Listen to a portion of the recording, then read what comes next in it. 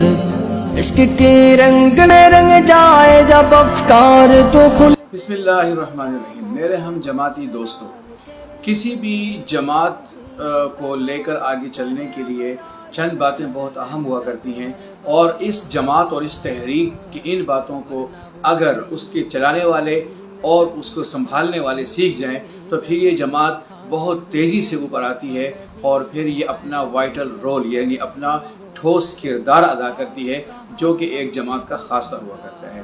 اس میں سب سے پہلے جماعت کے دوستوں کو پتہ ہونا چاہیے کہ ان کی اسٹرینتھ کیا ہے، ان کی طاقت کیا ہے، وہ کیا کچھ کر سکتے ہیں، اور ان کے پاس کرنے کے لیے پھر اپرچونٹیز کتنی ہیں، ان کے پاس مواقع کتنے ہیں.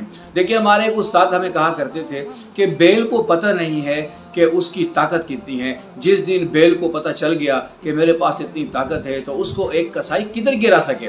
بالکل اسی طریقے سے شیر کو پتہ نہیں ہے کہ اس کی طاقت کتنی ہے.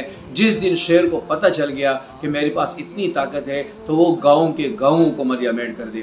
دوستو، کسی بھی جماعت اور تحریک کے افراد کو پتہ ہونا چاہیے کہ ان کی اسٹرینتھ کتنی ہے، ان کی طاقت کتنی ہے، اور ان کے پاس صلاحیت کتنی ہے، اور وہ کیا کچھ کر سکتے ہیں. نمبر 1، یہ تو ایک بات رہی.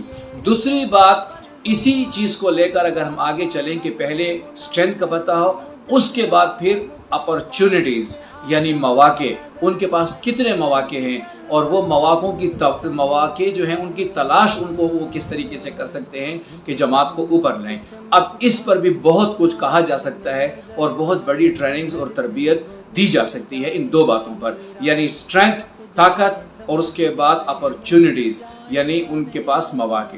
تیسری جو ہے آتی ہے ویکنیس، کمزوری، کہ ہمارے یہاں کمزوریاں کون کون سی ہیں، اور ہم ان کمزوریوں پر کس طریقے سے قابو پا سکتے ہیں. یہ بھائی 3 چیزیں ہو گئی. ان 3 چیزوں پر بہت کچھ کہا جا سکتا ہے. اور پھر آخر میں تھریٹس ہیں، یعنی آپ کے لیے سامنے چیلنجز کون سے ہیں، اور آپ ان چیلنجز کو کس طریقے سے ایڈریس کریں گے، اور ان مسائل کو کس طریقے سے فیس کریں گے.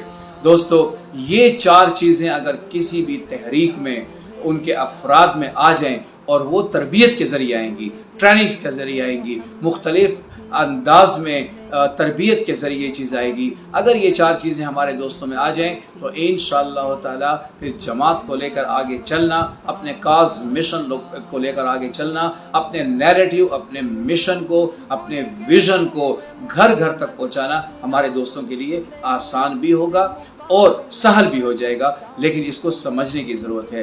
اور دوستو، میں کہنا چاہتا یہ ہوں کہ اس وقت جلسے اپنی جگہ اہمیت ہیں، لیکن چھوٹے چھوٹے پروگرامات جس میں 50-50، 80-80، 100 لوگ ہوں، ہمارے اپنے پرانے دوست ہوں، جس طریقے سے تبلیغ والے اپنے ہی پرانے دوستوں کے جوڑ رکھتے ہیں، اگر ان عہدیداروں کو اور ان لوگوں کے لیے اس انداز میں ان 4 چیزوں کو صحیح طریقے سے سیکھ جائے تو انشاءاللہ تعالی جماعت بہت جلد اپنے پاؤں پر کھڑی ہو جائے گی. اور پھر اس کے بعد فنڈ ریزنگ کا بھی ایک بہت زبردست SOP ہے، ایک بہت زبردست طریقہ کار ہے، اس پر بھی انشاءاللہ میں بات کروں گا. شکریہ. توصیف کی توصیف میں، تفسیر میں، تشریح میں، توضیح میں، تضمین